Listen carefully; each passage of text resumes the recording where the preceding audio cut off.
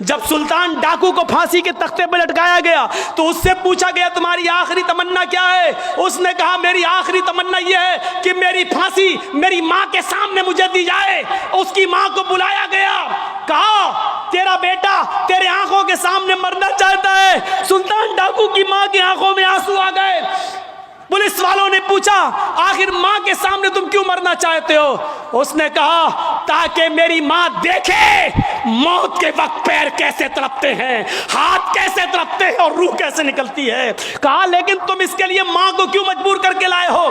फरमाया पुलिस वालों तुम नहीं जानते हो, जब मैं 8 साल का था 10 साल का था मेरी मां ने मुझसे एक अंडा मंगवाया था। मैं एक दुकान पर गया था, मैं अंडा लेने गया था लेकिन एक अंडा मैंने चोरी कर लिया था दुकानदार का और मैं उसको अपनी जेब में भर लिया था। फिर मैंने उसके पैसे नहीं दिए थे, वापस आ गया। मैंने जब वो अंडा अपनी माँ को दिया और पैसे भी वापस किए। माँ ने कहा क्या हुआ, अंडे वाले ने पैसे नहीं लिए। मैंने कहा नहीं मैं अंडा चुरा लाया हूँ। तो मेरी माँ ने मुझे थपथपाया था कि बेटा हम लोग गरीब हैं, अच्छा किया तूने ये पैसा बचा लिया, किसी और काम आएगा।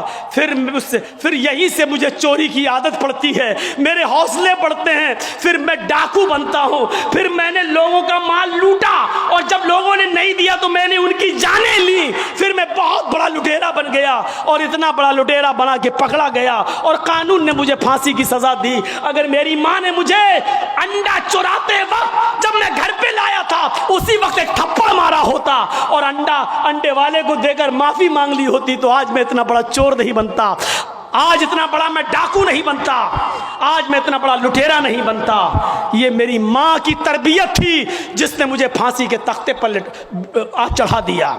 मेरे भाइयों मेरा भी वक्त हो गया है, इसलिए मैं थोड़ा सा बस जुमले ख़त्म करने वाला हूँ। आप थोड़ा सा बैठे रहिए, इसी तरीके से मोबाइल जलाए रहिए।